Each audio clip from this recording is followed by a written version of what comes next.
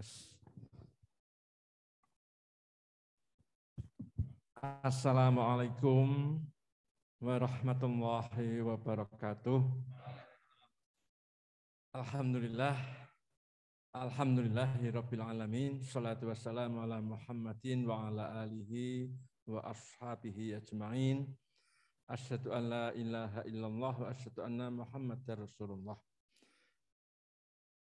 Bapak Ibu sekalian, Pak Busro yang saya hormati, Pak Ketua PWM, Pak Kita, Ketua Pimpinan Wilayah Aisyah, Bu Zul di belakang, kemudian Bapak-Bapak Ketua, Wakil Ketua PWM, Ketua-Ketua Ortum, Ketua-Ketua Majelis Lembaga tingkat wilayah, dan seluruh hadirin, meskipun hadir lewat Zoom, tapi tetap kami sebutkan sebagai hadirin dan hadirat. Marilah kita syukuri nikmat-nikmat Allah yang sudah banyak dilimpahkan kepada kita sekalian. Sholawat semoga tetap terlimpah kepada Nabi Muhammad Sallallahu Alaihi Wasallam. Berbahagia sekali pada malam hari ini pengajian konsolidasi organisasi yang direncanakan setiap bulan sekali. Pada malam hari ini akan segera berlangsung. Telah hadir di tengah atau di depan ya? Yang jelas di tengah antara saya dan Pak Kita. Di samping kanan saya, kayak cerdas cermat ini. Pak Busro nanti akan menyampaikan pengajiannya tentang konsolidasi organisasi mengenai refleksi kondisi bangsa dan persyarikatan. Saya tidak perlu memperkenalkan beliau, Pak Busro ini satu sosok saya kira yang sudah sangat kita kenal dan kiprahnya selama ini gregeten terhadap kondisi bangsa kita. Sering dengan istilah-istilah yang sangat tepat menyebutkan bangsa ini dikelola secara ugal-ugalan. Ya, kacamata Pak Busro saya kira titis begitu, karena Pak Busro ini juga pernah dipinjam oleh negara, pernah menjadi ketua Komisi Yudisial, pernah juga menjadi ketua KPK. Komisi Yudisial dan KPK yang tidak seperti sekarang. Yang waktu itu masih Komisi Yudisial betulan dan KPK betulan. Bukan komisi-komisian, bukan KPK-KPAan seperti sekarang ini. Nah, baik Bapak-Ibu sekalian, marilah pertemuan ini, pengajian konsolidasi organisasi, kita awali dengan baca basmalah bersama-sama. Bismillahirrahmanirrahim. Sebelum nanti kami serahkan kepada Pak Busro, kami persilahkan Bapak Gita Danu Pramata selaku Ketua PWM Daerah Istimewa Yogyakarta untuk bisa menyampaikan pengantarnya sekaligus juga pesan-pesan kepada warga persyarikatan di seluruh Daerah Istimewa Yogyakarta. Silakan Pak Gita. Assalamualaikum warahmatullahi wabarakatuh. Bismillahirrahmanirrahim. Alhamdulillahirabbil alamin. Assalatu wassalamu ala asrafil mursalin.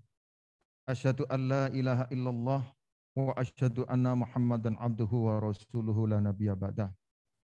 Yang terhormat Bapak Dr. Busro Muqaddas, Ketua Pimpinan Pusat Muhammadiyah, yang pada malam hari ini kita sama-sama nanti simak pencerahan dari beliau pada acara rutin Pimpinan Wilayah Muhammadiyah Daerah Istimewa Yogyakarta pada pengajian konsolidasi organisasi. Yang Pimpinan Wilayah Muhammadiyah DIY, baik yang luring, offline di Aula Gedung Muhammadiyah PWM, Pimpinan Wilayah Aisyah, baik yang offline maupun online, Bapak Ibu, Ketua, anggota Majelis Lembaga, Portom, tingkat wilayah, rutin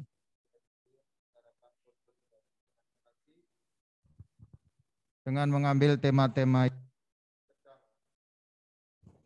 kita hadapi yang sedang aktual pada penghujung tahun 2021. Kita mohon Bapak Bushro Muqaddas untuk mengurai dengan tema refleksi, kondisi bangsa, dan peran persyarikatan yang tadi sudah diantarkan oleh moderator. Malam hari ini yang turun adalah moderator senior Bapak Azman Latif. Jadi moderator itu ada junior, ada senior Pak Bushro.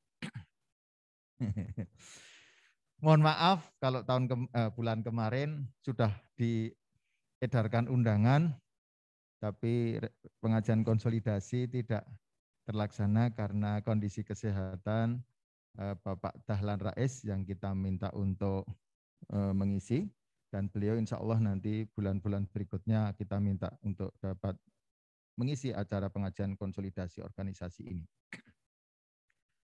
Diharapkan dengan adanya konsolidasi organisasi akan menyatukan langkah dan gerak persyarikatan beserta Ortom, menyatukan pemahaman dan apa-apa yang mesti kita laksanakan sehingga kekuatan organisasi ini dapat berjalan dengan sebaik-baiknya. Untuk itu, atas nama PWM mengucapkan banyak-banyak terima kasih kepada Bapak Dr. Bushro Muqaddas yang pada malam hari ini akan membersamai kita menatap kondisi bangsa dan peran persyarikatan dan kira-kira bagaimana tahun 2022 ini nanti kita jalani. Mungkin itu pengantar yang dapat kami sampaikan. Pak Azman, kami kembalikan ke Pak Azman. Assalamualaikum warahmatullahi wabarakatuh. Waalaikumsalam warahmatullahi wabarakatuh. Terima kasih Pak kita, Ketua PWM DIY. Ini saya jadi nggak enak ketika disebutkan sebagai senior ini. Nah kemudian kalau saya senior Pak Bushro itu terus bagaimana gitu penyebutannya. Oh ya senior banget itu.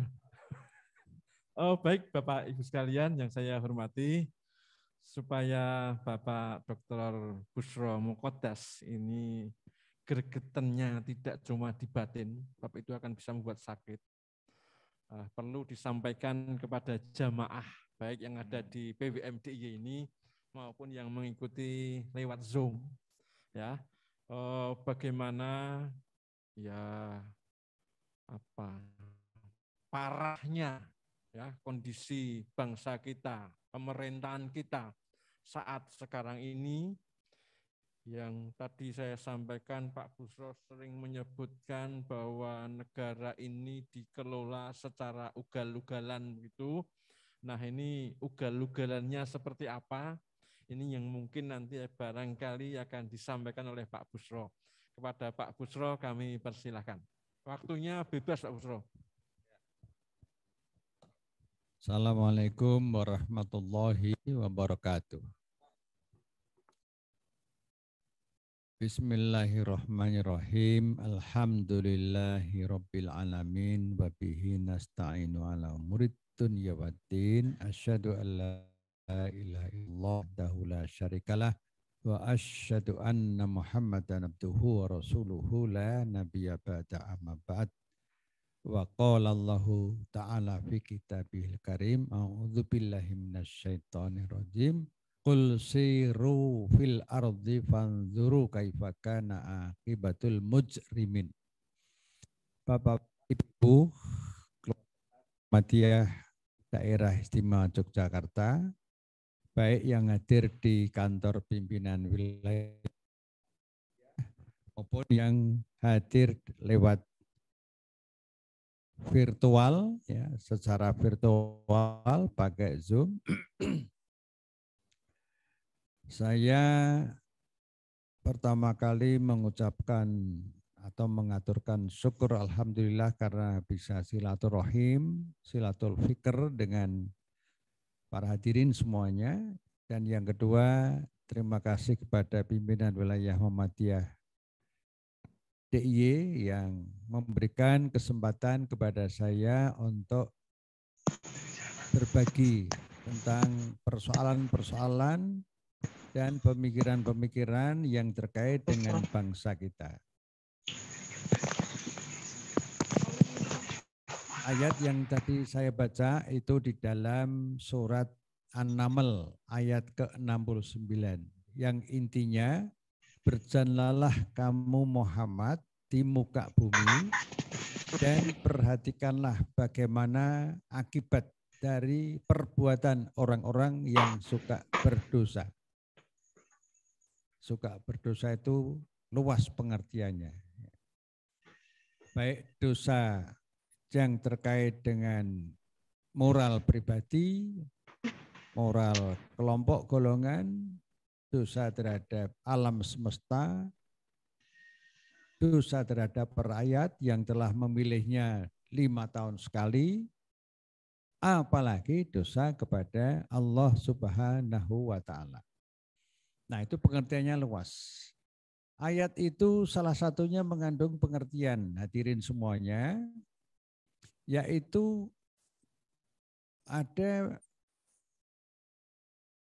inti yang memerintahkan kepada Nabi Muhammad untuk melakukan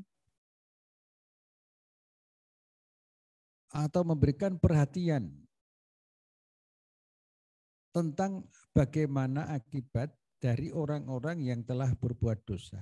Dengan kata lain, supaya Nabi Muhammad, terutama penerusnya, insya Allah termasuk kita ini dan yang lain-lain, itu melakukan riset. Bahasa riset ini bahasa akademis, bahasa kampus, tetapi sesungguhnya itu sudah lazim kita pahami. Sehingga riset ini menjadi penting. Jadi ayat tersebut mengharuskan kita itu untuk melakukan riset. Riset tentang apa? Ya tentang apa saja yang menurut ayat tadi itu bisa kita temukan dampak destruktif dari perbuatan orang-orang yang berdosa. Dalam konteks sekarang ini, di negeri ini, dosa itu dosa yang sering saya beri istilah dosa politik. Dosa politik ialah dosa sekelompok orang yang sedang diberi amanat, yang mulia, yang luhur, yaitu amanat untuk mengurus negara ini. Mengurus negara itu artinya mengurus bagaimana negara itu bisa mengatur hubungan negara atau pemerintah dengan rakyat, satu, dan mengatur sumber-sumber kekayaan negara, perekonomian negara, termasuk sumber daya alam. Nah, jadi dari situ ayat tersebut mengharuskan kita untuk melakukan riset. Nah, bahan yang sudah saya sampaikan kepada panitia itu nanti bisa dibaca keseluruhannya, tetapi saya di sini akan menyampaikan pokok-pokoknya saja kepada ibu bapak yang berbahagia. Nah, yang pertama saya ingin mengantarkan atau menyampaikan pengantar yang saya bacakan. Masih adakah ruang untuk bermimpi negeri ini dipimpin tokoh yang terbebas dari kubangan limbah politik dalam demokrasi liberal transaksional? Nah, ini sebuah pertanyaan yang tidak bisa lepas dari situasi yang melatar belakangi mengapa ada pertanyaan seperti itu. Ya. Jadi pertanyaan ini kemudian akan saya jelaskan jawabannya atau penjelasannya di dalam poin-poin berikutnya secara singkat supaya nanti ada ruang untuk bertanya jawab. Saya diberi waktu 1 jam sudah termasuk tanya jawab. saya usahakan setengah jam paling lama untuk menyampaikan atau menjelaskan kepada Bapak Ibu semuanya. Sisanya nanti kita dialog. Nah, pertama Bapak Ibu yang berbahagia, saya ingin menjelaskan bahwa demokrasi liberal transaksional itu ialah pelaksanaan pemilu dan pilkada yang selama ini itu saya hitung paling tidak mulai 2004, pemilu 2004 ya, pemilu 2009, pemilu 2014 dan pemilu 2019. Nah, jadi di dalam pemilu-pemilu dan pilkada-pilkada itu ada pertanyaan, apakah ada warga negara Indonesia yang memiliki data yang valid, yaitu apakah pemilu-pemilu dan pilkada-pilkada tadi ada yang bebas dari praktek suap, sogok, besel, yang itu dilarang dalam satu hadis, ar-rosi wal murtasi finar. Ya, penyuap dan yang disuap serta calo-calonya perantaranya itu finar, diancam dengan siksa api neraka yang keras sekali tentunya. Namun di dalam pemilu dan pilkada-pilkada itu pertanyaan tadi bisa dijawab. Tentu saja tidak ada karena prakteknya memang praktek pemilu dan pilkada-pilkada itu memang menghasilkan praktek pemilu yang prosedural. Sing penting pemilunya sudah terlaksana, itu prosedural, tetapi prakteknya itu selalu saja menghasilkan atau dihiasi dengan praktek suap tadi. Akibatnya apa Bapak Ibu-Ibu? Yaitu yang terpilih di seluruh jajaran pimpinan dan wakil-wakil rakyat dari daerah sampai pusat pada umumnya, tidak semuanya ya, pada umumnya adalah mereka yang terpilih karena faktor suap tadi. Pertanyaannya, suap itu datang dari duit sendiri atau tidak? Ada yang datang dari duit sendiri, ada yang dicukongi oleh cukong-cukong politik. Saya sering menyebut calo-calo politik atau rentenir-rentenir politik.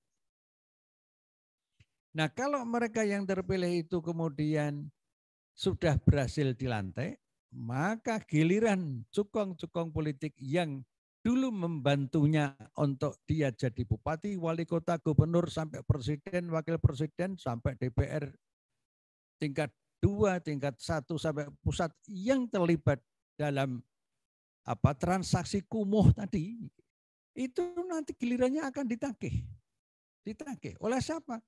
Ditagih oleh cukong-cukong tadi. Tagihannya enggak main-main, enggak main-main. Sungguh-sungguh tagihannya itu. Banyak sekali contoh-contohnya, tapi karena waktunya singkat tidak mungkin saya ceritakan secara detail. Nah, praktek yang kumuh seperti itu adalah bertentangan dengan Undang-Undang Dasar 1945 yang itu sudah disepakati, yang di dalamnya ada penegasan tentang Pancasila di dalam alinea keempat. Ya, ada 4 alinea. Pancasila itu di alinea keempat. Nah, itu sudah merupakan nilai-nilai otentik kebangsaan kita yang sudah final. Tidak perlu dirubah-rubah dan jangan dibikin isu-isu akan ada kelompok yang merubah. Nah, ini Indonesia ini kadang-kadang juga banyak industri isu, industri hoax yang itu datang dari imperium atau kerajaan. Kerajaan apa? Kerajaan buzzer. Nah, itu. Nah, jadi UUD 45 ini ketika tidak dipraktekkan, termasuk Pancasilanya, yang sila-silanya bagus sekali, sangat sesuai dengan nilai-nilai ajaran Islam, tak ada sila pertama sampai sila kelima itu yang bertentangan dengan Islam, bahkan sesuai. Itu karena di dalam praktek demokrasi itu diterjang terus, ditabrak terus, jadinya adalah seperti yang tadi saya istilahkan, yaitu demokrasi transaksional, demokrasi liberal transaksional. Seterusnya saya sampaikan Bapak Ibu, yaitu ketika pemerintah itu berhasil dibentuk berdasarkan praktek kumuh tadi, ya, maka akan terbentuk satu pemerintahan yang dikendalikan oleh siapa? Ya oleh cukong-cukong itu. Oleh cukong-cukong itu pengendali. Pengendali itu tidak perlu di depan, selalu di belakang layar, di samping kanan, di samping kiri maupun di belakang. Enggak pernah ada di depan. Yang penting dia bisa mengendalikan kekuasaan itu. Nah, di samping itu, kekuasaan yang dipilih dengan cara yang kumuh itu, yang bertentangan dengan nilai-nilai agama Islam juga, bertentangan dengan Pancasila dan UUD 45 tadi, itu biasanya mengidap penyakit atau karakter yang penuh penyakit. Apa itu karakter yang penuh penyakit itu? Yaitu antara lain, dia ingin mempertahankan kekuasaannya, mengawetkan kekuasaannya. Sekaligus dia menginginkan jangan sampai demokrasi pemerintahan oleh rakyat untuk rakyat, ya itu artinya demokrasi. Itu kekuatan-kekuatan demokrasi itu bisa mengontrol dia.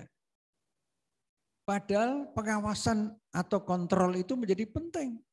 Dan ini sesuai dengan Islam. Sesuai dengan Islam juga sesuai dengan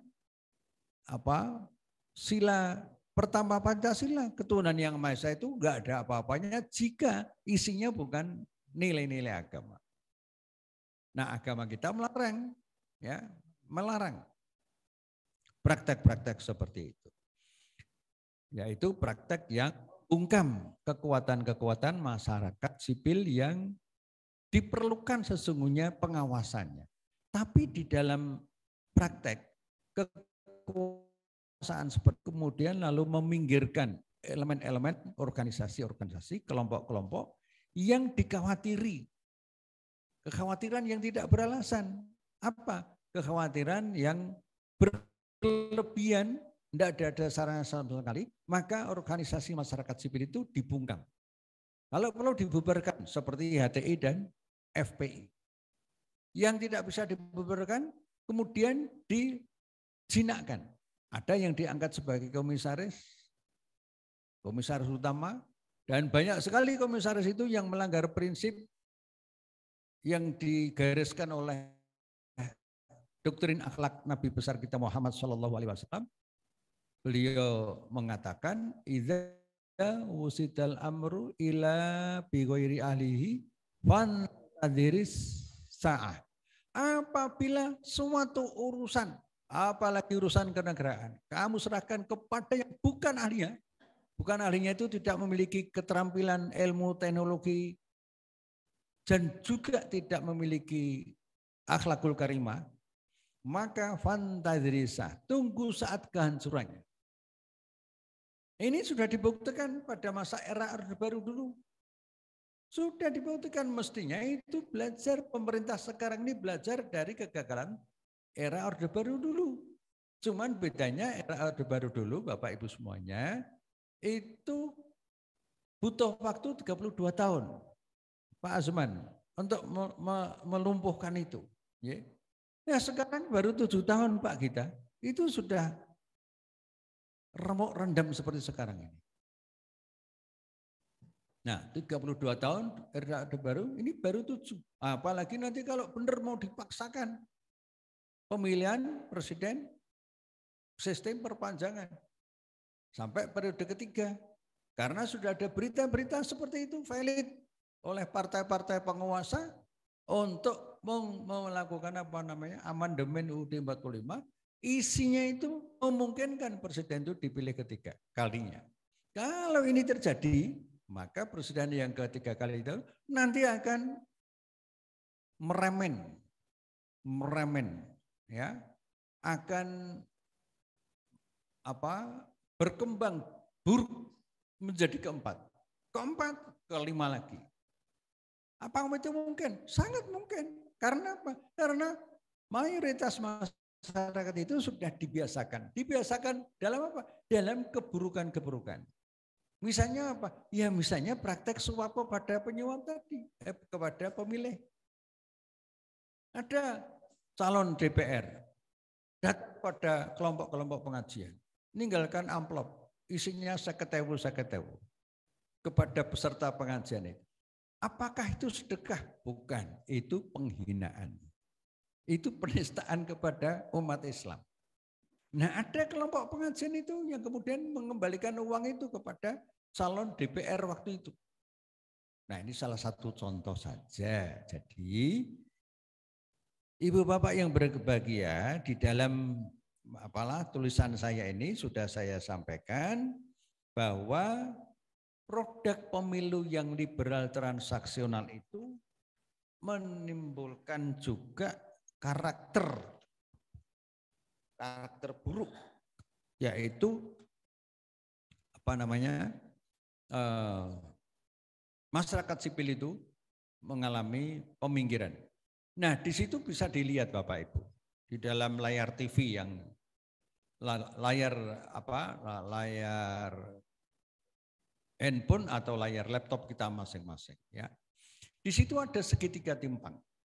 Segitiga timpang itu ada dua yang besar. Pertama negara, yang kedua singkek.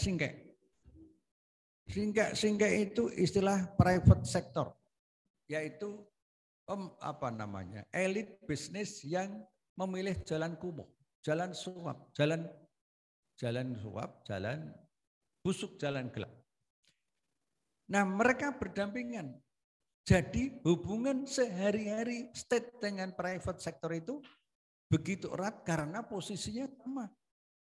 Nah, kita lihat yang biru kecil itu, CSO itu singkatan Civil Society Organization, yaitu kelompok masyarakat sipil. Ada Nahdlatul Ulama, Muhammadiyah, ada teman-teman dari KWI, Konferensi Wali Gereja, Protestan, Hindu, Buddha, ada kampus-kampus juga, periset-periset, LSM, itu posisinya berdasarkan riset itu, ini riset dilakukan di era Presiden SBY, itu kecil dan menjauh, jadi tidak punya kemampuan untuk memberikan masukan-masukan kepada pemerintah. Nah, bagaimana di era Pak Jokowi? Nah, di bawahnya itu bisa kita lihat, di era Pak Jokowi itu ada tanda-tanda, yaitu bahwa ada sejumlah ketidaknormalan, anomali politik. Di situ misalnya ada undang-undang MD3, sampai undang-undang tentang ormas. Dan saya lewati aja, ada undang-undang pemilu, Minerba, revisi undang-undang MK, KPK dan sebagainya. Sehingga KPK yang tadi disebut oleh moderator super senior ini, itu KPK itu lumpuh justru di tangan era Presiden Jokowi. Ini sudah berkali-kali saya katakan di muka umum. Jasa terbesar Presiden Jokowi itu bersama DPR melumpuhkan KPK. Karena KPK sekarang ini sudah bagian dari rumpun pemerintah. Sehingga tidak independen lagi, beda dengan KPK yang dulu. Tadi sudah disebut oleh Mas Asman. Benar sekali penyebutannya. Nah, jadi akibat KPK dilumpuhkan itu dan kemudian diikuti dengan pemecatan 57 pegawai KPK tanpa alasan yang sesuai dengan moral, sesuai dengan hukum, bahkan melanggar HAM, kata penilaian dari Komnas HAM itu. Namun kemudian pemecatan ini tetap dilakukan oleh Ketua KPK. Dan Pak Jokowi membiarkan saja. Nah, begitu. Jadi di samping itu juga terjadi prasmanan BUMN. BUMN ini Badan Usaha Milik Negara. Siapa yang prasmanan itu? Yaitu antara lain tim suksesnya Pak Jokowi yang dulu. Terus kemudian sejumlah orang-orang termasuk aktivis-aktivis ormas. Kalau tidak hati-hati, aktivis ormas maupun aktivis kampus yang kritis, itu tidak perlu dilakukan kekerasan dalam arti fisik. Nah, caranya bagaimana? Dilumpuhkan. Diberi jabatan-jabatan, misalnya komisaris-komisaris tadi, dengan mengabaikan prinsip-prinsip the right man on the right job. Sesuai keahlian dan track record-nya. Nah, Bapak Ibu yang berbahagia, poin-poin yang tadi saya sebutkan itu kemudian terus saya jelaskan lebih lanjut, yaitu dengan poin yang H, yaitu bahwa negara kita ini sesungguhnya aturan moralnya, moral kekuasaan, moral politiknya itu sudah bagus sekali, sudah indah sekali. Sehingga Darul Ahdi Wasyahadah yang merupakan doktrin Muhammadiyah, bagian dari keputusan Muktamar Muhammadiyah 47 ke Makassar yang lalu, itu sesungguhnya menegaskan bahwa Pancasila termasuk UUD 45-nya itu sudah selesai, sudah final. Masalahnya sekarang ini pemerintah mau menjalankan tidak. Kalau kita bandingkan dengan Muhammadiyah, Muhammadiyah itu alhamdulillah kita patut bersyukur tapi jangan membangga-banggakan diri. Ya, Allah dalam satu ayatnya itu menyatakan Allah tidak menyukai orang yang terlalu membanggakan diri. Ya. Tapi kita bersyukur. Mengapa kita syukuri? Nah, Muhammadiyah ini 109 tahun usianya itu diikuti dengan dinamika dari akar rumput. Justru dinamikanya dari bawah, dari ranting, cabang, daerah, wilayah, sampai pusat. Seluruh Indonesia. Itu misalnya ya, ada 27.800 kurang lebih PAUD pendidikan anak usia dini ya PAUD-nya. Sampai dengan perguruan tinggi itu ada 27.800-an tadi. Khusus perguruan tinggi ya itu 166 seluruh Indonesia. Kalau dibandingkan dengan pemerintah, perguruan tingginya 121. Padahal mereka dibiayai dari APBN, dari pajak dan sebagainya. Muhammadiyah dari wakaf, dari wakaf, dari sedekah, dari infak dan sebagainya. Nah, ini sesungguhnya Muhammadiyah sebagai bagian besar dari civil society organization itu merupakan modal besar bagi pemerintah. Nah, kembali ke pemerintah. Jadi kalau yang H ini itu mestinya kalau di Muhammadiyah itu tidak ada budaya feodalisme. Ya. Di Muhammadiyah itu egaliter, kesetaraan. Ada ayatnya itu. Innaka akramakum indallahi atqakum. Itu ayat yang menggambarkan bahwa di Islam itu enggak ada kasta-kasta. Enggak ada kasta-kasta. Dan itu kita rasakan. Makanya 109 tahun Muhammadiyah itu pimpinannya berganti itu ulang lebih sudah 20 kali ketua berganti. Itu orang Jawa, bisa non Jawa, bisa macam-macam lah. Ya. Tidak ada masalah gitu. Dan tidak ada itu tadi feodalisme.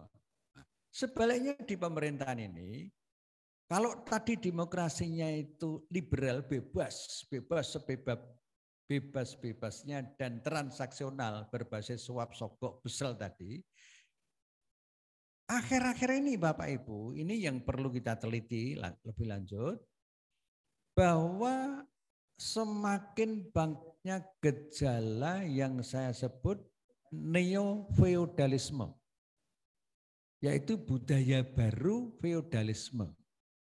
Hubungan atas bawah pusat daerah yang berlebih-lebihan dan tidak didasarkan pada prinsip kalau di dalam Al-Quran itu Al-Ma'idah ayat 2. Wa ta'awanu 'alal birri wat taqwa wa la ta'awanu 'alal ismi wal 'udwan. Enggak. Sehingga di dalam pemerintah sekarang ini munculnya bangkitnya neofeudalisme itu kemudian melahirkan yang sering saya sebut apa? Dinasti nepotisme despotik. Jadi keluarga penguasa tapi yang despotik itu lalim, zolim gitu. Nah, ini justru bersumber dari istana.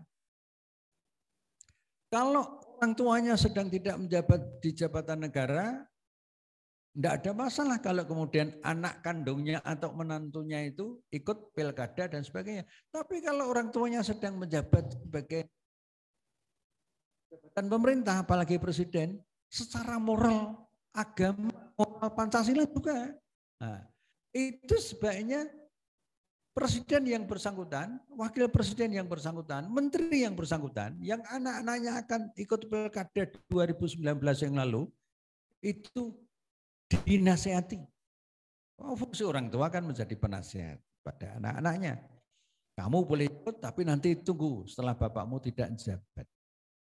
Nah, kalau itu tidak dilakukan, sebagaimana yang seperti itu, maka terjadi hubungan struktural fungsional antara anak menantu sebagai wali kota dengan bapaknya sebagai presiden atau bapaknya sebagai menteri. Nah, ini tidak baik. Itu melanggar prinsip keadilan sosial Pancasila. Itu melanggar prinsip ketuhanan yang Maha Esa yang isinya inna akramakum indallahi. Nah, jadi feodalisme itu tidak ada dalam Islam.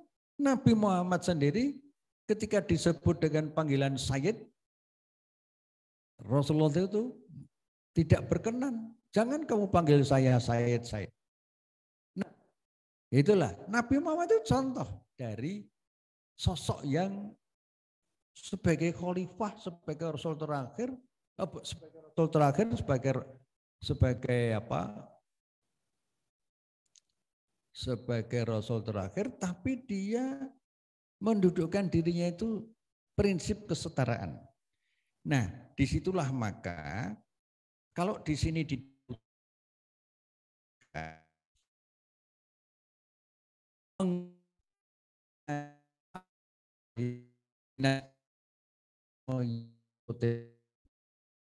apa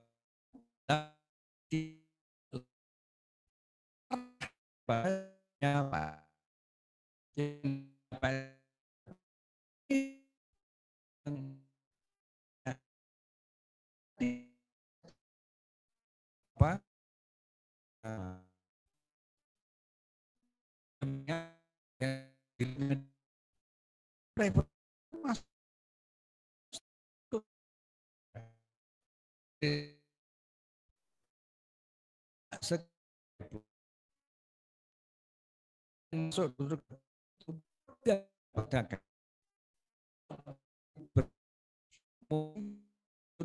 buka mungkin anti pedagang itu enggak mungkin, dan kita enggak pernah ada doktrin seperti itu. Justru Muhammadiyah itu besar dari pedagang, tapi pedagang Muhammadiyah itu pedagang yang selama ini juga mengamalkan apa prinsip ta'awun tadi. Banyak sedekahnya. Nah, kalau lama enggak dimintai sedekah aja malah bingung itu. Kenapa saya lama enggak didatangi, enggak diberi kwitansi dan sebagainya. Itu ciri orang Muhammadiyah. Terkesan agak marah kalau enggak pernah dimintai duit itu. Nah, jadi gambaran itu ya, itu menunjukkan bahwa pemerintahan di era Pak Jokowi ini demokrasinya mengalami kemunduran fatal. Orang menyebut yaitu regresi demokrasi. Kemudian yang kedua, terjadi pengawetan sistem dan praktek transaksional. Ini dibuktikan bahwa sampai sekarang tidak ada niat dan ucapan terbuka terukur dari Presiden maupun DPR untuk merubah satu, undang-undang partai politik, kedua undang-undang pemilu, ketiga undang-undang pilkada. Ketika undang-undang inilah yang sering saya katakan sebagai biang kerok. Timbulnya demokrasi transaksional tadi. Lalu bukan terhambatnya, disumbatnya potensi-potensi putra-putra yang terbaik, lintas agama, lintas profesi, untuk bisa memimpin pusat sampai dengan daerah. Bisa dengan mudah dikalahkan oleh mereka yang tidak punya rekam jejak yang bagus dengan masyarakat bawah. Rekam yang jejak yang bagus, akhlaknya, kejujurannya, tidak pernah bohong. Itu tidak mungkin. Jadi kepala negara mustahil. Karena apa? Karena 3 undang-undang tadi. Jadi kesimpulannya Pak Ibu, kalau sampai nanti menjelang 2022 besok itu sudah terlambat itu, karena 2 tahun sebelum pemilu sudah dekat sekali. Kalau 3 undang-undang ini enggak dirubah, direvisi, maka kita harus semakin bersabar. Sabar yang kreatif, bukan sabar ngelukro. Nah bagaimana? Sekarang Muhammadiyah memperkuat gerakan tajdidnya saja, dakwah tapi yang tajdid, yaitu memperkuat bangunan-bangunan amaliyah agama untuk masyarakat, memperkuat ekonomi masyarakat, memperkuat pendidikan untuk masyarakat dan seterusnya, ya. Dan terus mengingatkan pemerintah, DPR dan sebagainya dengan cara yang ma'ruf. Bukan dengan cara yang revolusioner, itu tidak ada kamusnya di dalam Muhammadiyah. Kalau mau revolusi ya revolusi akhlak. Tapi yang jelas konsepnya. Selama ini Muhammadiyah sudah jelas. Yang enggak jelas itu kan revolusi-revolusi yang istilahnya apa gitu. Itu ada asal menggunakan revolusi, tapi nyatanya akhirnya enggak jelas. Jadi bagian akhir dari yang saya sampaikan ini masuk pada peran Muhammadiyah melihat situasi seperti itu apa. Ada beberapa poin yang saya tekankan ialah peneguhan karakter gerakan tajdid wilayah politik dalam bingkai ta'awun secara kritis konstruktif. Silahkan putra-putra Muhammadiyah, kader-kader Muhammadiyah yang mau masuk dalam dunia politik, DPR dan sebagainya, tapi hati-hati. Kalau modal moralnya, tauhidnya tidak kuat, ekonominya enggak kuat, masuk ke dalam itu mudah sekali tergelincir. Nah yang kedua, kita kuatkan mentalitas independen kita. Independen itu bukan berarti menangi dewe, enggak. Itu independen itu menjaga marwah diri. Ada sindiran Allah di dalam surat yang tadi sudah sebut, yang di situ sudah saya tulis, An-Nahl ayat 75-76. Tidak usah saya bacakan, nanti dibaca sendiri. Itu ayat-ayat tamsil, memberikan perumpamaan tentang orang-orang yang menjadi budak politik. Ya, itu ada perumpamaan di situ. Nah kemudian yang ketiga, kita Muhammadiyah ini termasuk yang di DIY ada 3 kampus. Unisa, UAD, dan UMY. Mereka ini memiliki tenaga-tenaga ahli di bidang riset. Sebaiknya pimpinan daerah bersama-sama pimpinan wilayah dibantu dengan sesungguh-sungguhnya dari 3 kampus ini melakukan riset. Riset tentang poin-poin apa? Riset tentang bagaimana kondisi masyarakat kita. Masyarakat petani, kemudian masyarakat pedagang kecil, ya, kemudian juga mereka yang tergusur tanahnya karena tidak mampu membayar PBB. Nah, itu kita usahakan semuanya. Kalau ekonominya lemah, maka kita ajak dialog dengan Pak Gubernur kita, dengan wali kota kita, dengan bupati-bupati kita, supaya ada penerapan pajak yang proporsional. Bagi mereka yang tidak mampu betul-betul, ya supaya diberi dispensasi keringanan. Nah, poin-poin itu Bapak Ibu, itu yang bisa saya sampaikan, dan bagian akhir dari penjelasan ini ialah mari situasi pemerintahan seperti apapun juga itu menjadi tanggung jawab Muhammadiyah juga untuk memperbaiki dengan cara Islami, dengan cara Muhammadiyah. Satu sisi kita Muhammadiyah menjaga marwah kita, jangan mudah dibeli atau terbeli, tergadai. Sisi lain kita tetap kerjasama. Tahun tadi putusan Tanwir mana? Bengkulu. Nah, kemudian kita terus rawat Muhammadiyah ini, dan perawatan Muhammadiyah ini kan alhamdulillah. Satu ayat yang sudah diamalkan dari dulu sampai sekarang, insya Allah yang datang, fa'idha farokta fansab wa ila rabbika farqab. Ini ada dua asas. Pertama asas kebersinambungan di dalam ayat tersebut, kemudian asas tauhid. Ya, apabila kamu sudah melakukan satu pekerjaan, maka susul dengan pekerjaan yang lain. Tidak ada pengangguran di Muhammadiyah ini. Yang kedua, hanya kepada Allah lah hendaklah kamu itu berharap kepada Allah, itu tauhid, itu penting sekali. Kalau enggak gitu, siapapun juga mudah terbeli. Nah, masuk agama Islam, maka orang Islam yang begitu berwibawa mudah dibeli. Na'udzubillahi min dzalik. Mari kita tingkatkan faidza farta fansab wa ila rabbika farqab itu ke dalam tradisi-tradisi yang selama ini sudah tumbuh di Muhammadiyah, kita perkuat terus. Demikianlah saya balik lagi kepada Mas Asman selaku moderator, dan maaf ini agak kelewatan waktunya. Assalamualaikum warahmatullahi wabarakatuh. Waalaikumsalam. Terima kasih Pak Busro. Luar biasa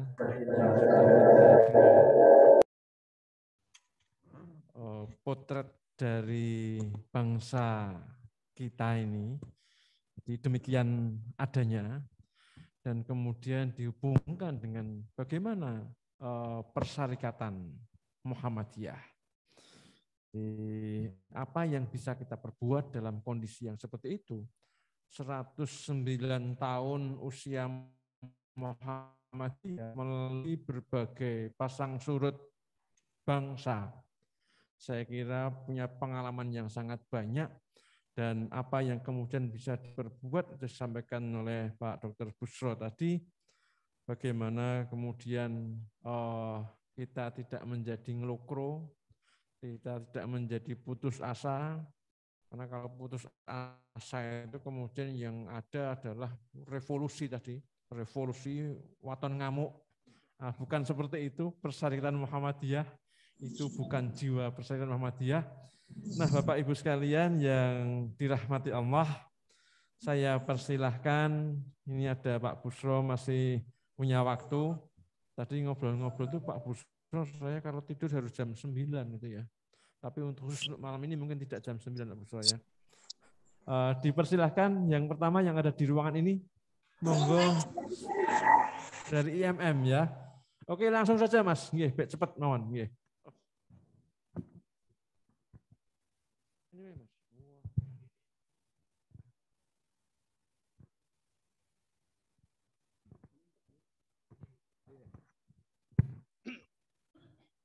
Oke. Assalamualaikum warahmatullahi wabarakatuh. Pak Busro dan ayahanda sekalian.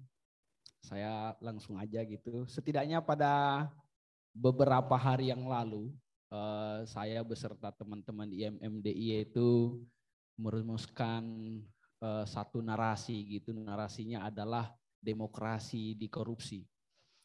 Jadi kami berkesimpulan, IMMDI berkesimpulan bahwa demokrasi dalam konteks bernegara kita dikorupsi gitu oleh beberapa pihak, dan itu sebabnya karena dua hal.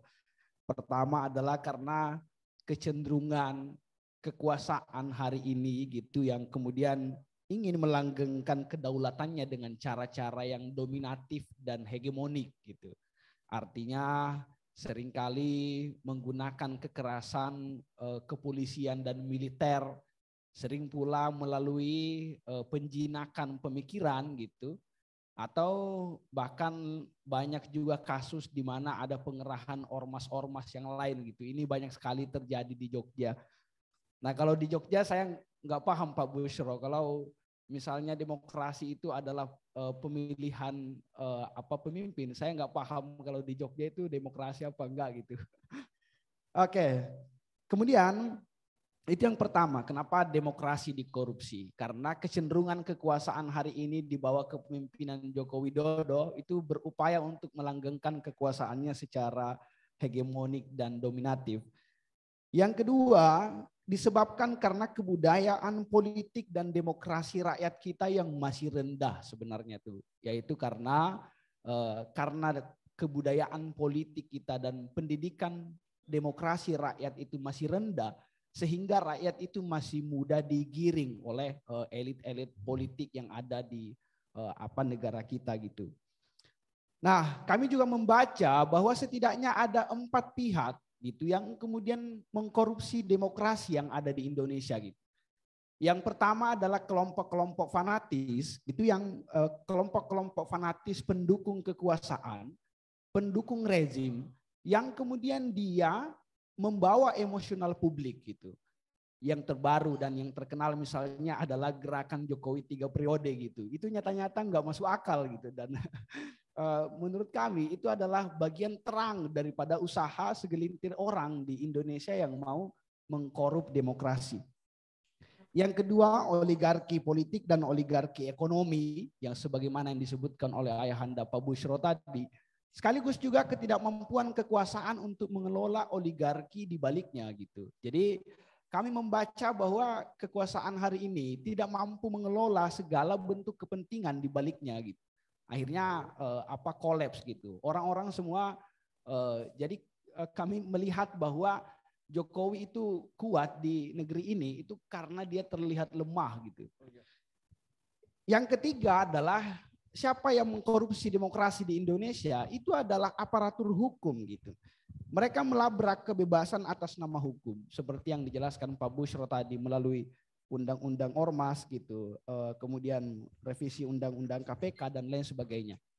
Dan yang keempat yang mengkorupsi demokrasi di Indonesia adalah para buzzer gitu, kelompok-kelompok yang kemudian senang mengaduk ketenangan dan kedamaian publik gitu. Itu karena kami anak muda ini Bapak banyak hidup di dunia Twitter, itu sangat melihat gimana kemudian proses demokrasi kita seringkali dibajak oleh para buzzer gitu yang ada di Indonesia. Nah, kemudian kalau bicara soal demokrasi liberal dan demokrasi singkat sedikit Mas. Oke, Mas. Kalau bicara soal demokrasi liberal dan demokrasi transaksional, itu akhirnya kemudian menimbulkan korupsi. DPD IMM DIY beberapa waktu yang lalu sebenarnya merumuskan satu bentuk institusi yang barangkali Pak Bushro juga sudah tahu gitu. Kami merumuskan institusi, menggagas institusi Muhammadiyah Corruption Watch gitu. Tapi belakangan kemudian agaknya PP terganggu gitu dengan frasa Muhammadiyah Corruption Watch. Sebenarnya itu merupakan usaha intelektual anak-anak IMM DIY untuk kemudian melakukan pendidikan demokrasi di rakyat gitu, dan juga pendidikan dan pengawasan terhadap korupsi gitu, khususnya di regional Yogyakarta. Jadi kita berupaya untuk membangun Karang Taruna supaya mereka terlibat dalam agenda pengawasan kebijakan publik gitu. Nah, singkatnya mungkin ya. Kalau singkatnya kira-kira Pak Bushro, kami dari golongan muda Muhammadiyah gitu bertanya kira-kira apa peran terbaik dan praktis atau praksis yang kira-kira memungkinkan untuk dilakukan oleh golongan muda Muhammadiyah khususnya IMM dalam usaha melawan demokrasi liberal dan demokrasi transaksional gitu. Terima kasih. Assalamualaikum warahmatullahi wabarakatuh. Langsung monggo aja. Sebelum saya jawab, nanti bersamaan dengan pertanyaan-pertanyaan yang masuk di setting ini. Pertama ada pertanyaan bahwa peran Muhammadiyah dalam politik kebangsaan dalam gerakan Tajrid cenderung bersifat normatif. Di sisi lain dalam berbagai kasus seperti respon terhadap Permendagri cenderung reaksioner. Jadi sebenarnya apa strategi Muhammadiyah dalam peran kebangsaan? Itu yang pertama, sekaligus menjawab dari MM tadi. Apa yang harus dan perlu bahkan mendesak dilakukan oleh kader IMM? Kita sudah punya landasan. Landasan itu bersumber dari Al-Quranul Karim.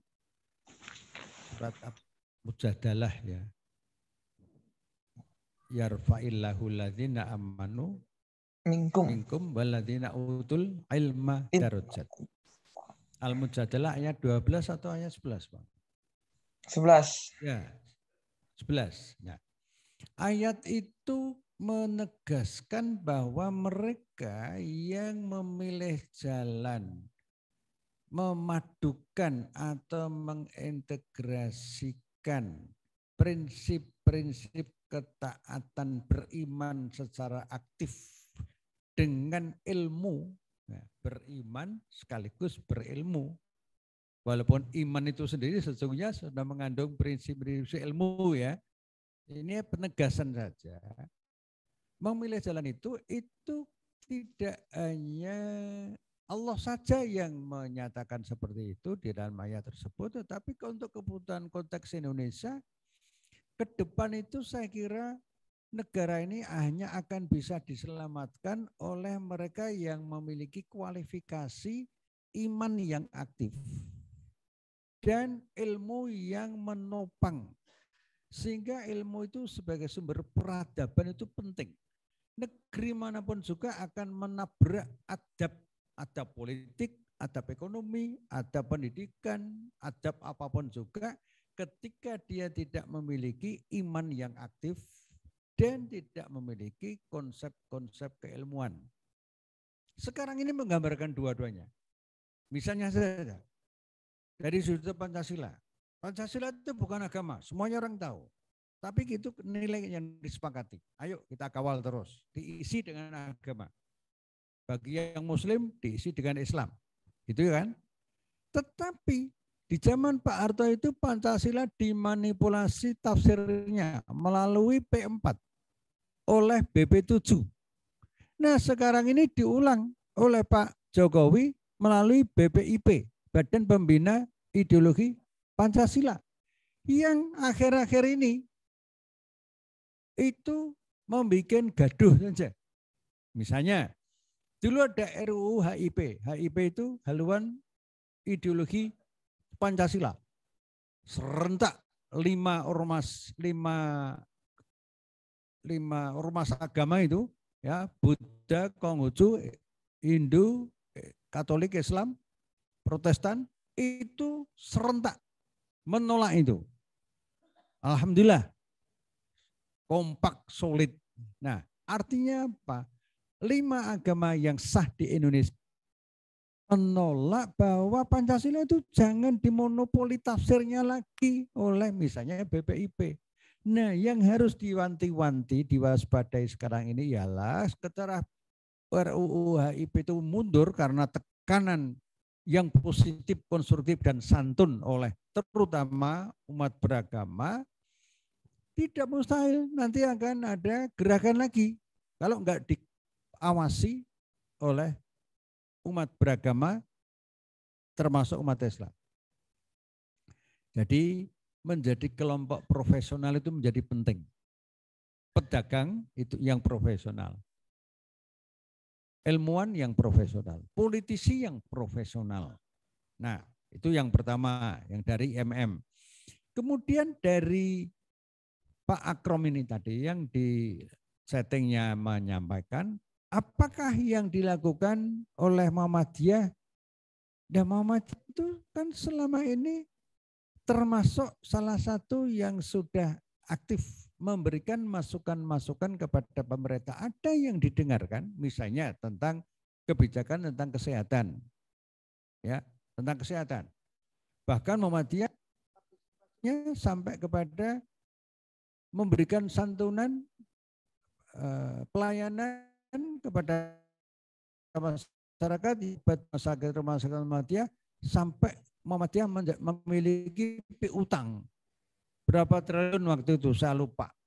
Nah, berangsur-angsur sudah dilunasi. Nah, itu artinya apa? Di bidang kesehatan Muhammadiyah konkret, di bidang pendidikan juga demikian. Nah, yang tidak bisa pemerintah itu memberikan penghormatan kepada masukan masyarakat termasuk Muhammadiyah itu ialah kalau sampai pada undang-undang perpolitikan dan undang-undang tentang perekonomian. Misalnya undang-undang tentang yang tadi sudah saya sebut, undang-undang tentang Omnibus Law atau Cipta Kerja. Itu Muhammadiyah sudah memberikan masukan langsung kepada Presiden di Istana Negara sana. Tapi ya terus, pemerintah jalan terus. Maka dibatalkan oleh Mahkamah Konstitusi. Kalau kita membaca putusan Mahkamah Konstitusi itu, pemerintah itu dalam bahasa Jawanya wirang. Ya, wirang betul. Wirang itu apa ya?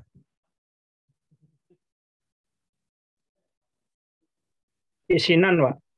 Ya, Malu. Isinan Isinan. memalukan itu, malukan. Kelihatan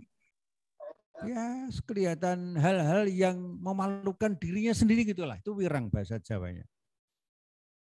Nah, oleh karena itulah kalau dulu pemerintah itu memberikan perhatian pada hasil masukan-masukan Muhammadiyah kajian akademik di bidang perekonomian tadi, undang-undang Omnibus Law tadi, tidak akan seperti sekarang perkembangannya. Tapi walaupun sudah dibatalkan oleh Mahkamah Konstitusi, kita perlu juga mewaspadai. Karena Presiden sendiri mengatakan judicial review putusan MK itu tetap tidak menghalangi langkah-langkah pemerintah. Nah, itu Presiden sendiri yang mengatakan seperti itu. Oleh karena itu Pak, kata sabar kreatif itu menjadi penting. Maka ada ayat terakhir dalam surat Ali Imran itu ayat ke-200, isbiru wasobiru warobitu wattaqullaha la'allakum turhamun. Sampai diulang-ulang itu. Begitu pentingnya sabar. Kalau nggak sabar seperti kata Mas Asma tadi, demo atau demo ngerusak-ngerusak. Nah, itu mudah ditumpangi oleh penumpang-penumpang yang di Indonesia ini soal tumpang menumpang itu ada ahlinya itu, ya. Ada pabriknya, ada gudangnya. Nah, kemudian yang kedua ada juga yang mengatakan bahwa menanyakan Muhammadiyah punya semua. Namun gerakan Muhammadiyah ketika tidak masuk pemerintahan rasanya sulit untuk bisa beramar ma'ruf nahi mungkar. Ketika di luar kita memang bersuara lantang, namun karena power tidak ada, maka tidak efektif. Apakah selama ini Muhammadiyah di setiap level mengisi beliau-beliau dalam pemerintahan? Bagaimana? Di awal sejarah, barangkali negeri ini tidak punya kesepakatan dengan Pancasila. Jika 3 putra Muhammadiyah itu, Ki Bagus Hadikusumo, Profesor Muhazakir dan Profesor Kasman Singentingmojo tidak sepakat dengan rumusan Pancasila, terutama sila pertama itu. Itu menurut Pak Alamsyah itu wakaf terbesar umat Islam. Itu sejarah. Jadi Muhammadiyah ini berjasa membangun pemerintahan negara ini lebih cepat. Nah, dalam perkembangannya Bapak Ibu, terutama yang bertanya, Muhammadiyah pernah dan terus itu zaman Orde Baru punya menteri. Zaman setelah Orde Baru punya menteri, misalnya Pak Malik Fajar, misalnya Pak Yahya Muhaimin, misalnya Pak Bambang Sudebyo dan lain-lain. Putra-putra terbaik Muhammadiyah yang jadi menteri ini alhamdulillah bisa menjalankan tugasnya dengan baik. Juga banyak yang anggota DPR pusat maupun daerah. Yang di daerah DIY ini kita kenal misalnya Mas Alfian Darmawan, alumnus Mu'alimin Muhammadiyah. Selama jadi anggota DPR, beritanya nyaring, ya bagus, nggak ada yang miring-miring. Salah satunya itu sebagai contoh, karena kita di DIY. Nah, jadi masuk pemerintah silakan aja, tapi perlu modal kuat. tadi sudah saya sampaikan, iman yang kuat, pertahanan iman yang kuat, kemudian ekonominya cukup lah. Kalau tidak cukup, nah masuk pada zona nyaman. Zona nyaman itu halus. Misalnya pergi-pergi, 5 hari, hitung 7 hari. Misalnya untuk hotel bintang 3, diberi hotel bintang 5. Nyaman, wah nyaman ya. Nah, jadi kerja-kerja di lembaga pemerintah kalau tidak hati-hati mudah tergelincir dalam sistem yang nyaman tadi. Nah, begitulah. Kemudian tetap yang aktif di pemerintahan itu tetap harus kita bukan kita awasi, tapi kita saling tazkirah, saling tausiah. Jadi jangan biarkan saja teman-teman kita yang di pemerintah pusat maupun daerah itu setelah masuk di dalam DPR dan sebagainya kita diamkan, ya kita sering-sering undang ya itu dan silaturahmi yang personal. Ada pertanyaan dari Pak Sumiarto. Pak Busro, suap menyuap sudah menjadi rahasia umum. Untuk melawan itu tentu membentuk kader yang berakhlak. Mengapa Muhammadiyah tidak membuat kader politik yang terukur dan dititipkan ke partai dengan komitmen didukung oleh dan dikawal oleh warga Muhammadiyah? Ini pikiran-pikiran bagus. Tapi ada tapinya. Orang jujur yang masuk di DPR itu bisa jujur untuk dirinya sendiri itu sudah bagus. Sudah bagus. Orang korup itu banyak orang-orang Islam itu. Tapi tugasnya anggota DPR itu tidak hanya jujur untuk dirinya sendiri. Ada tugas membuat peraturan perundang-undangan, mengawasi pemerintah, membuat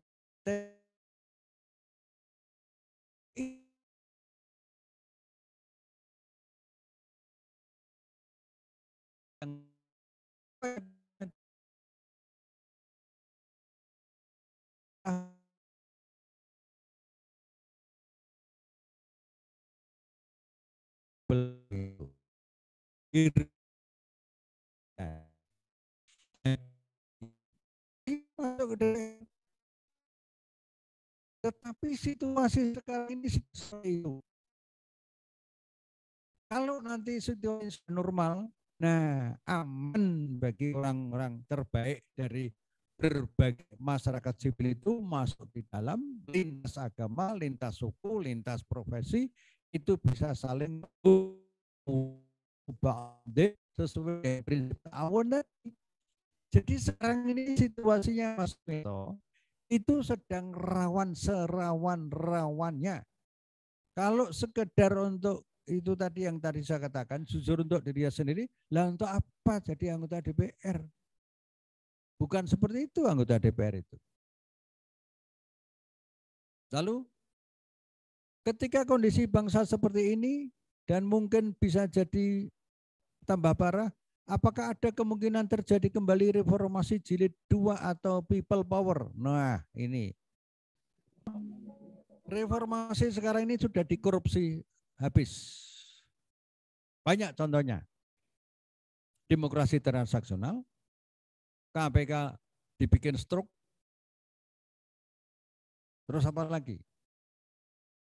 Arah politik perundang-undangan juga tidak berpihak kepada rakyat, lalu tidak tersumbatnya orang-orang baik, putra-putra terbaik untuk bisa tampil di pemerintahan karena tidak mungkin menggunakan jalur-jalur hitam tadi, main suap tadi, ya.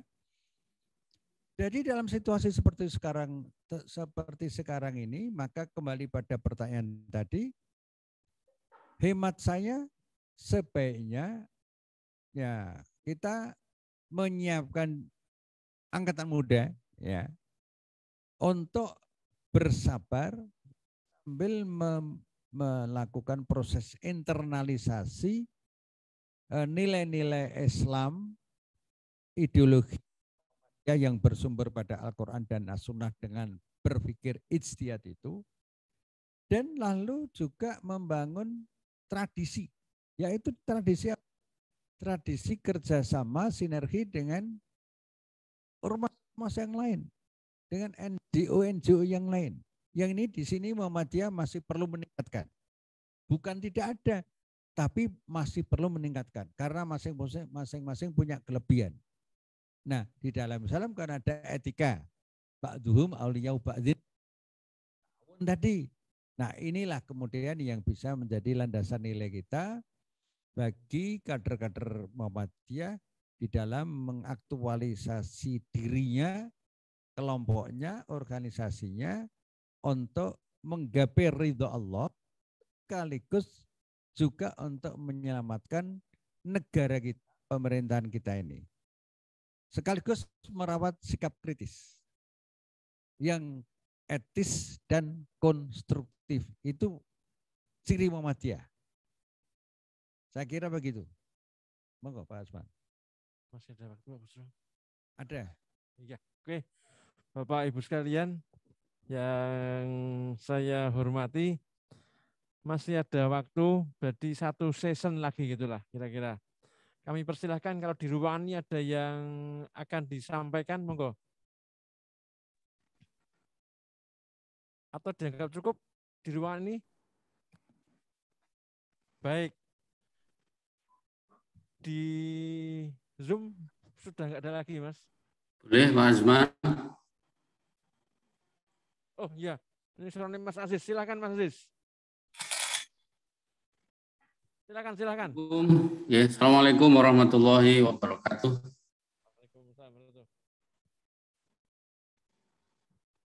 Terima kasih waktunya Pak Azman Latif.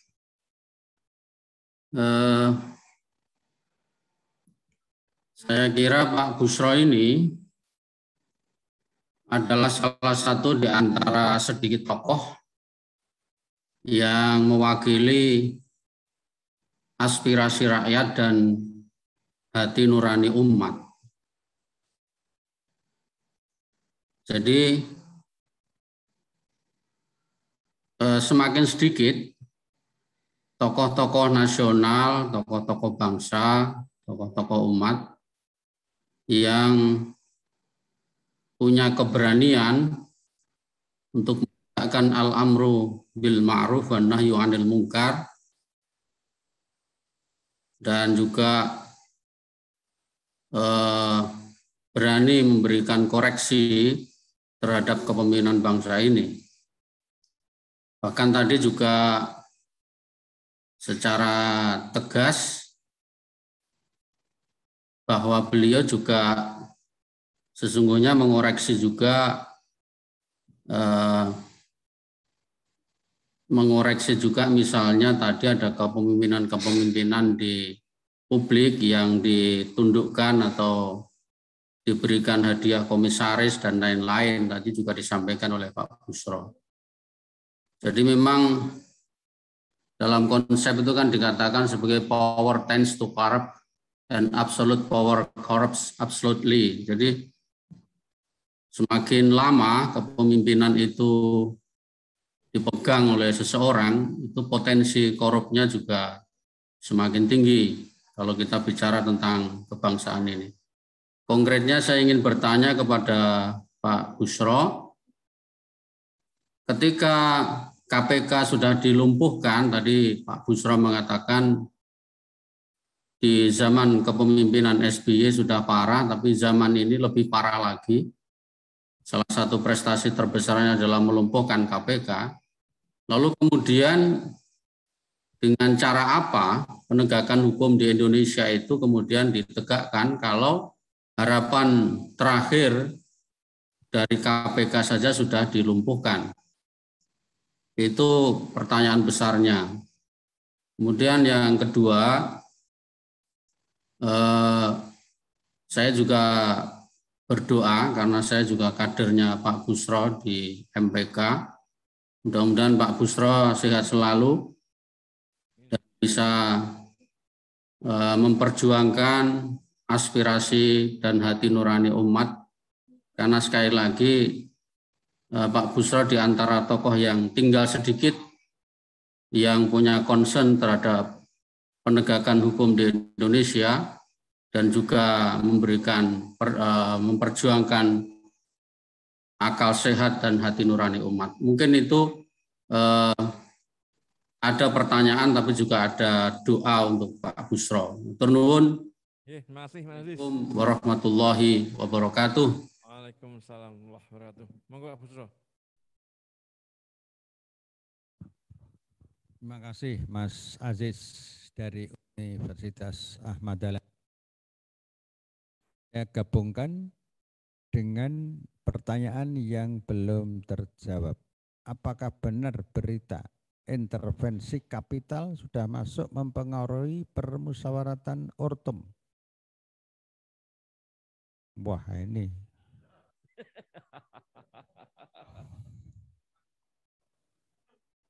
Ini pertanyaannya tidak jelas, tapi jelas. Nah, tapi saya menjawab Mas Aziz dulu. Itu fakta bahwa di era Pak Jokowi itu KPK berhasil dilumpuhkan. Saya ingin melakukan pendekatan perbandingan. Di era Pak SBY itu teman-teman di DPR sana, yang juga partainya Pak SBY, untuk melakukan revisi terhadap undang-undang KPK. Tapi dilawan tanda petik secara adab oleh hampir semua kampus, kecuali yang tidak. Semua kampus kecuali yang tidak. Yang tidak itu memilih jurus selamat. Ada kampus Universitas Selamat. Nah, akhirnya Presiden SBY mundur teratur. Beliau menyampaikan pidato resmi di halaman Istana Negara waktu itu. Stop kriminalisasi terhadap Baswedan dan stop revisi undang KPK. Dan statement dibuktikan dengan tegas oleh Pak SBY. Nah, giliran Pak Jokowi. Berkali-kali Pak Jokowi kita ini ya itu menyatakan revisi undang-undang KPK itu akan ditunda. Tapi ternyata kemudian dipaksakan dan menelan korban banyak sekali. Ada 2 mahasiswa dari Kendari yang tewas. Salah satunya kita advokasi dari PP Muhammadiyah. Ya, kader IMM itu. 2 orang mahasiswa itu namanya diabadikan di salah satu ruangan di KPK sana. Karena tewas melawan gerakan revisi terhadap pelemahan KPK tadi. Nah, sehingga ini fakta. Biarlah fakta itu yang dicatat dalam sejarah dan Pak Jokowi tidak mungkin merubah sejarah. Tapi pelajaran bagi siapapun juga, kita belajar dari Nabi Ibrahim. Nabi Ibrahim sebagai nabi saja berdoa kepada Allah agar wafatnya beliau jangan sampai beliau itu menjadi bahan rumpian yang jelek-jelek bagi generasi berikutnya. Itu sebagai nabi aja berdoa di dalam surat Asy-Syu'ara ayat 84. Ya, waj'alli lisana sidqin fil akhirin. Jadikanlah aku ya Allah buah tutur yang baik bagi generasi berikutnya. Nah, untuk apa jadi presiden? DPR dan sebagainya ambisi jadi calon presiden di jalan-jalan pasang banner ya. Banner. Wah, spanduk gede banget. Padahal masih 2024. Itu gejala tidak sehat.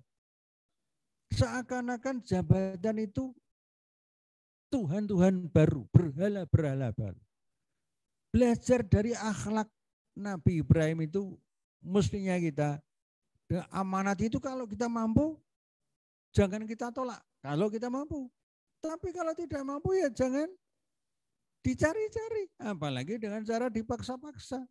Setelah jadi pejabat kemudian memasang lehernya untuk disembelih oleh cukong-cukong tadi. Itu ibaratnya gitu.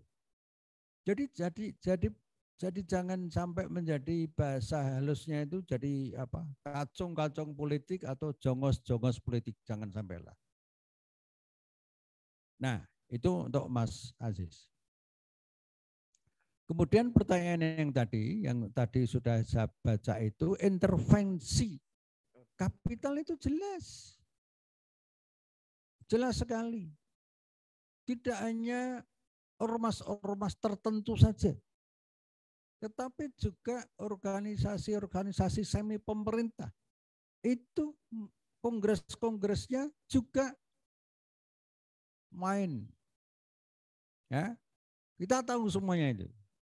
Karena yang ikut kongres itu tidak semuanya orang yang permisif, yang permisif itu yang menerima segala cara uang halal maupun haram itu enggak ada batasnya, itu permisif namanya. Ada juga orang-orang di kelompok-kelompok organisasi itu yang orang-orang yang jujur, mereka ini yang cerita, melihat sendiri, ainul yakin. Ainul yakin. Nah, bagaimana ketika ormas-ormas dan organisasi-organisasi yang lain itu sengaja didesain, disiapkan dengan dengan penokohan-penokohan yang dibalik itu tuh ada motif-motif politik tertentu, maka orang ini seperti ayat yang tadi saya sampaikan, ya saya sebutkan di dalam makalah tadi, surat An-Nahl 74-75. Ya, apakah sama orang yang bisu dengan orang yang bisa, orang yang bisa dikuasai dengan orang yang diberi rezeki yang halal dan baik oleh Allah? Orang ini kemudian menafkahkan hartanya dengan terang-terangan maupun dengan sembunyi-sembunyi. Mana yang, apakah sama orang yang dikuasai, berarti dikuasai itu dikuasai oleh cukong-cukong tadi, dengan orang yang diberi rezeki yang halal. Jadi guru, jadi dosen, jadi pengusaha, halal jelas. Nah itu pertanyaan dari Allah. Demikian juga pada ayat berikutnya tadi. Nah, marilah. Kalau sekedar untuk mencari jabatan tapi join dengan pemodal-pemodal penguasa-penguasa, kemudian dipromosikan dengan cara-cara yang dibotohi seperti itu ya saya kira sejarah akan mencatat dan selamanya akan menjadi rumpian yang enggak baik. Ya, dan itu jangan sampai terjadi pada kita. Kita belajar dari sejarah tokoh-tokoh Muhammadiyah yang dulu sampai sekarang ini, rata-rata mereka itu adalah sering dirumpi yang baik-baik. Persis doanya Nabi Ibrahim tadi. Lalu sebaiknya kader-kader yang sudah disiapkan untuk terjun ke dunia politik tersebar di seluruh politik partai politik ya. Itu hanya di partai Islam berbasis Islam. Kalau hebat saya tidak. Filosofi lambang Muhammadiyah itu seperti yang di kantor-kantor di rumah kita, itu sinar matahari. Sang surya telah bersinar. Melingkar dengan warna hijaunya kalimat syahadat. Nah, itu Mars Muhammadiyah itu. Itu artinya apa? Dakwah Muhammadiyah itu kepada semua penjuru. Asal dalam rangka untuk menebarkan esensi kalimat syahadat tadi. Dengan cara yang sesuai dengan ajaran Islam yang banyak ditekankan cara-cara yang ma'ruf, termasuk sabar. Sabar. Khusus warga Yogyakarta belajar tentang sabar itu banyak contohnya.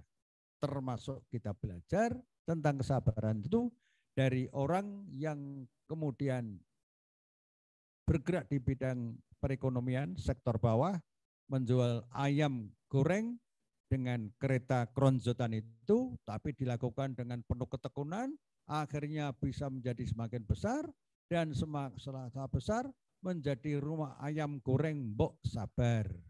Nah, Mbok Sabar ini karena sabar, ayam gorengnya menjadi terkenal sekali. Saya termasuk salah satu penggemarnya dulu. Nah, jadi isbiru wasobiru warobitu wattaqullaha la'allakum turhamun. Ya. Jadi enak sekali dalam Islam itu. Maka ayat terakhir di dalam Al-Quran itu Al-Ma'idah ayat berapa? Al-yauma akmaltu lakum dinakum wa atmamtu alaikum nikmati wa raditu lakumul Islam madinah. Jadi mengamalkan Islam dengan sungguh-sungguh dengan ikhlas itu nikmat, nikmat, nikmat. Setelah kita diwafatkan oleh Allah, orang-orang yang di belakang kita itu tetap ngerumpi yang baik-baik.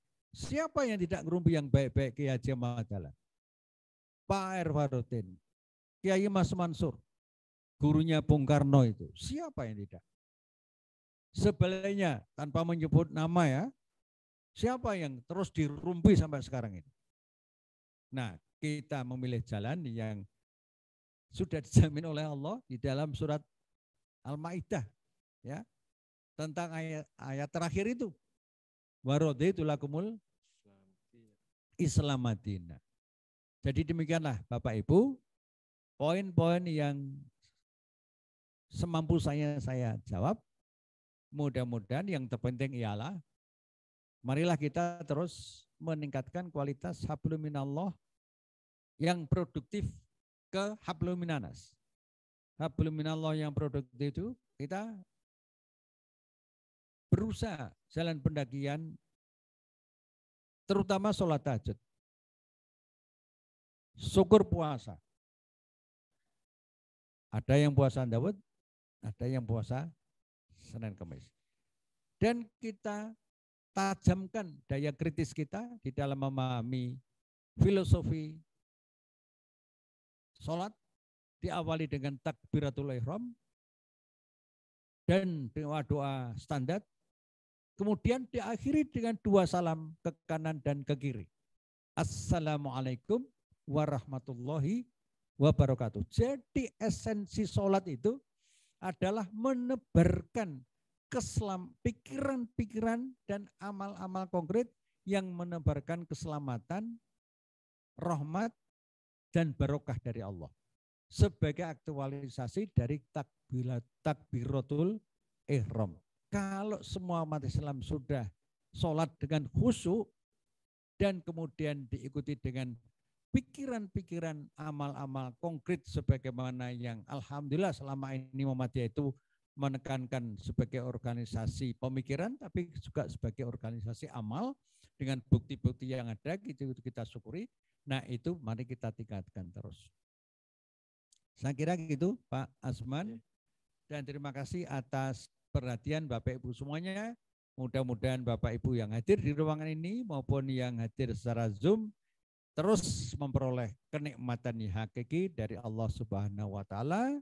Keluarga kita juga menjadi keluarga yang memiliki basis kepemimpinan sehingga dari keluarga kita lahir kader-kader yang akan meneruskan kita ketika kita nanti suatu saat sudah mengalami kemunduran peran-peran atau sudah tidak ada di alam dunia ini. Wabillahi taufiq wal hidayah. Wassalamualaikum warahmatullahi wabarakatuh. Waalaikumsalam warahmatullahi wabarakatuh. Terima kasih sekali Pak Busro. Mudah-mudahan ini menjadi amal Pak Busro, menambah pahala, dan bagi Bapak Ibu sekalian, baik yang ada di ruangan ini ataupun yang ada di Zoom. Tadi saya lihat di Zoom peserta di atas 300, itu 300 alat. Kalau satu alat 5 orang, tinggal kalikan 5 saja. Ya, ada yang satu ruangan itu satu alat bisa didengarkan oleh banyak pemirsa, banyak pendengar. Jadi alhamdulillah pengajian insya Allah menjadi perhatian kita bersama.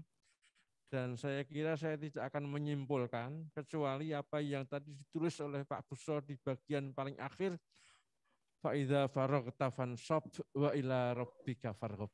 Jadi setelah pengajian konsolidasi organisasi ini, segeralah kita berbuat. kita pasrahkan, kita harapkan semua itu pada Allah semata. Demikian Bapak Ibu sekalian, kita, wah ya ini bisa kita lihat.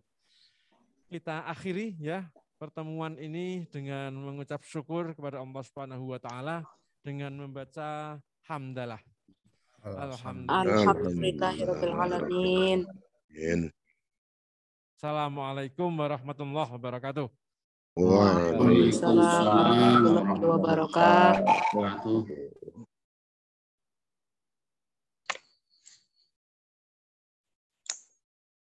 Pak Jais, ya alhamdulillah.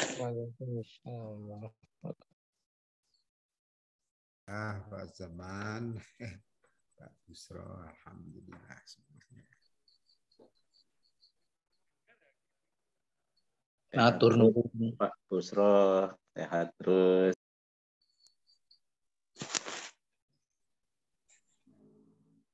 Terima kasih.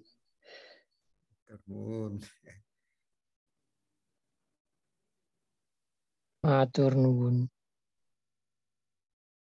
Monggo Pak Busro, Pak Gita, Pak Azman, matur nuwun sekali.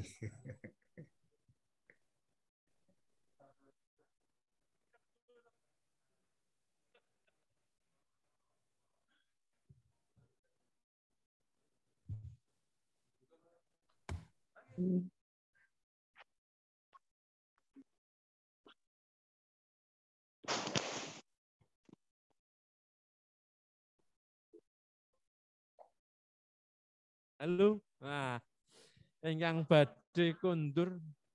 Oh gitu ya. Nuwun.